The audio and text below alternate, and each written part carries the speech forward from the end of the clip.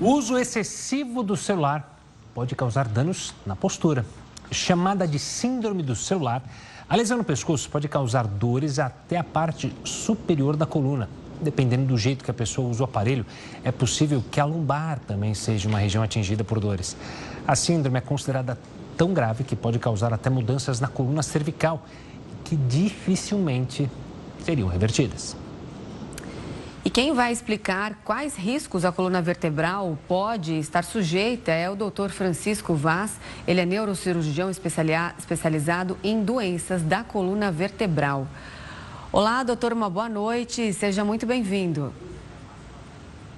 Boa noite, Renata. Boa noite, Gustavo. Boa noite a todos os telespectadores. É um prazer conversar aqui com vocês sobre um tema tão relevante no nosso dia a dia. Exatamente, doutor. Hoje em dia praticamente todo mundo tem celular e onde a gente vai tem aquela cena das pessoas ali de cabeça baixa, digitando, lendo. O que acontece com a nossa coluna quando nós estamos usando o celular? Eu ouvi uma vez um dado que me chocou. Dizem que quando o pescoço está inclinado, é como se a nossa cabeça pesasse até 27 quilos. Verdade, Renata. Isso realmente acontece. Bom, o que acontece quando nós estamos usando o celular e principalmente quando nós baixamos a cabeça para a leitura? O que acontece? A cabeça normalmente ela pesa algo em torno de 4, 5, 6 quilos. Cabeça de um adulto. E ela é sustentada pelo pescoço e pelos músculos do pescoço. Então, quando você lê o celular na postura ereta, você está no que chamamos de posição fisiológica e isso não tem nenhum problema, isso não causa nenhum problema adverso à sua saúde. O que acontece quando você começa a inclinar a cabeça para frente e para baixo, o que acontece? A sobrecarga do peso natural da cabeça na região do pescoço faz com que o pescoço, num grau mais extremo, numa cabeça angulada, como assim dizer, 60 graus, que é literalmente quando você está olhando para baixo, é como se a musculatura do pescoço, ao invés de lidar com a cabeça pesando 5, 6 quilos no máximo, é como se essa cabeça pesasse 27 quilos. Então, quanto mais projetada para frente e para baixo a cabeça, na ocasião de uma leitura de celular, e a gente fala isso muito de celular, não é? Mas isso também vale para tablet, não é? E isso é uma coisa que, no longo prazo, essa sobrecarga que você coloca no seu pescoço, na musculatura, isso pode causar uma série de problemas muito graves.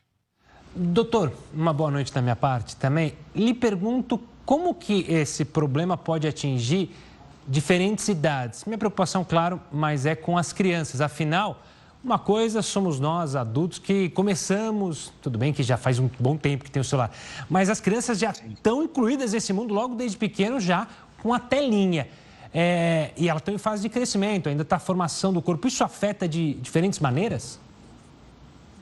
Isso afeta a síndrome do pescoço de texto, né, que é como nós falamos muito dessa condição, ela afeta pessoas de todas as idades, incluindo crianças. Não é? Então, o uso excessivo de telas pelas crianças, sejam celulares, sejam os tablets também, até computadores portáteis como os laptops, se você faz a leitura numa posição inadequada da cabeça e do pescoço, qualquer pessoa pode ser comprometida. Então, o que acontece no longo prazo? Essa sobrecarga, tanto muscular como nas articulações que você tem no pescoço, isso termina forçando, acelerando um processo de desgaste da coluna vertebral que todos nós vamos sofrer. Então, com o nosso processo de senescência, de envelhecimento, o que nós observamos é, sim, naturalmente, um processo de envelhecimento da coluna vertebral. Quando a gente tem essa síndrome do pescoço de texto associado, esse processo de envelhecimento, ele é acelerado. Então, isso vai comprometer adultos, vai fazer com que a coluna dos adultos ela fique envelhecida, vamos assim dizer, e doente mais precocemente. E imagine que se isso começa numa idade bem precoce, quando tem um paciente criança, adolescente, isso vai fazer com que na idade adulta a pessoa já chega, vamos assim dizer, aos 30, 40 anos de idade, com um pescoço desgastado, como se fosse uma pessoa de 60, 70 anos. Então, a síndrome do pescoço de texto nas crianças, ela é um problema, sim. É um problema de saúde pública. Nós temos recebido no consultório, atendido pacientes, crianças, adolescentes com queixas de dor no pescoço, e quando você vai fazer a investigação, questionamento, vai procurar entender o que está acontecendo, você percebe que é uma criança que está exposta a um tempo excessivo de tela, e não apenas ao tempo excessivo de tela, mas a uma posição inadequada para a leitura. E além das dores, essa má postura que a gente acaba ficando aí por um bom tempo, pode também gerar uma certa deformação no nosso corpo? Eu te pergunto, que a gente sempre ouve falar de lordose, escoliose, até uma hérnia de disco?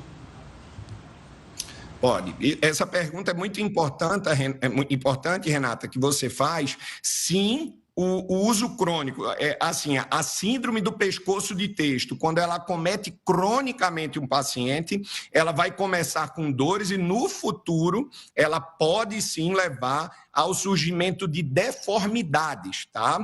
Uma coisa que você falou da lordose, da escoliose, que isso é muito importante, eu gostaria de explicar aqui para os nossos telespectadores.